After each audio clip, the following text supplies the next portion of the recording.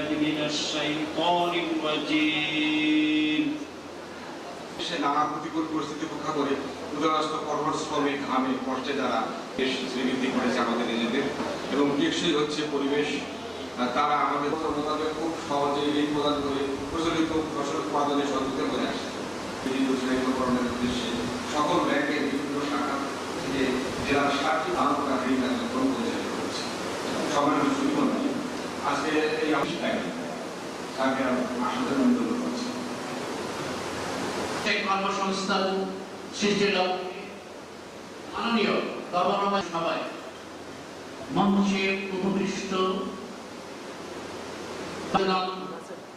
প্রধান মঞ্চে উপবিষ্ট আছেন গাইবান্ধার কমার্সের সম্মানিত সভাপতি, সম্মুখে তফসিল তাদেরকে নিয়ে সেই কৃষক আমার উদ্যোক্তা আমাদের ব্যাংকার্স ফোরাম গাইবান্ধার সংক্ষিপ্ত পাঁচটা ডিস্ট্রিক্টে গিয়েছি, সবার দাবি স্বল্প সুদে কৃষিতে স্বল্প দেন না এবং সেক্ষেত্রে তারা রসি টেনে ধরে এগুলোর যে টাকা আছে অনেক শর্ত পূরণ করে যে চলতি মূলধন, যেখানে আমরা বক্তব্য শুনলাম চলতি মূলধন সিএমসি খাতে চলতি মূলধন সংক্রান্ত সরকারের কাছে 5 লাখ টাকা শুধুমাত্র উত্তরবঙ্গে কৃষি হার উন্নয়ন।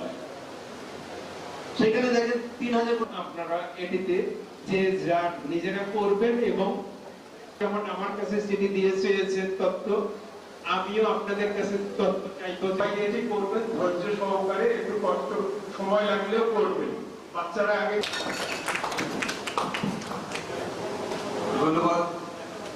এই পর্যন্ত লেনদেন করেছেন, একটু হাত তুলবেন কষ্ট করে যে বাংলা কিওরের মাধ্যমে আমাদের একটু অভিজ্ঞতা দরকার। আপনি পয়সা পর্যন্ত লেনদেন করতে পারবেন বাংলা কিওরের মাধ্যমে, নগদ কোনো অর্থ গ্রহণ করতে হচ্ছে না।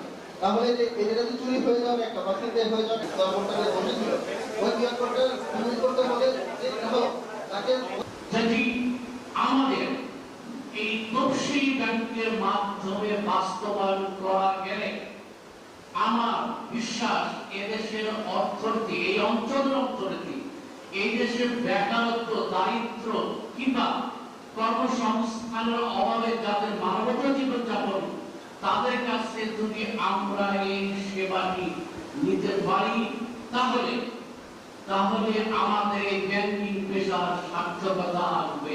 আমরা আশা করব আমাদের দেশেও একদিন এরকম হবে, কৃষক ভাইরা চেষ্টা করে আবাদ করে এই পর্যায়ে আমরা পৌঁছে দেওয়ার চেষ্টা করব। যন্ত্র নিয়ে আসবো, এর মধ্যে ইতিমধ্যেই অনেক যন্ত্র ইন্ট্রোডিউস হয়েছে, যান্ত্রিকভাবে আবাদ হচ্ছে। তাহলে লেবারের জন্য কৃষককে আর অপেক্ষা করতে হয় না, বৃষ্টি শুরু হওয়ার আগেই যান্ত্রিকভাবে ফসল কেটে ঘরে তোলা যায়।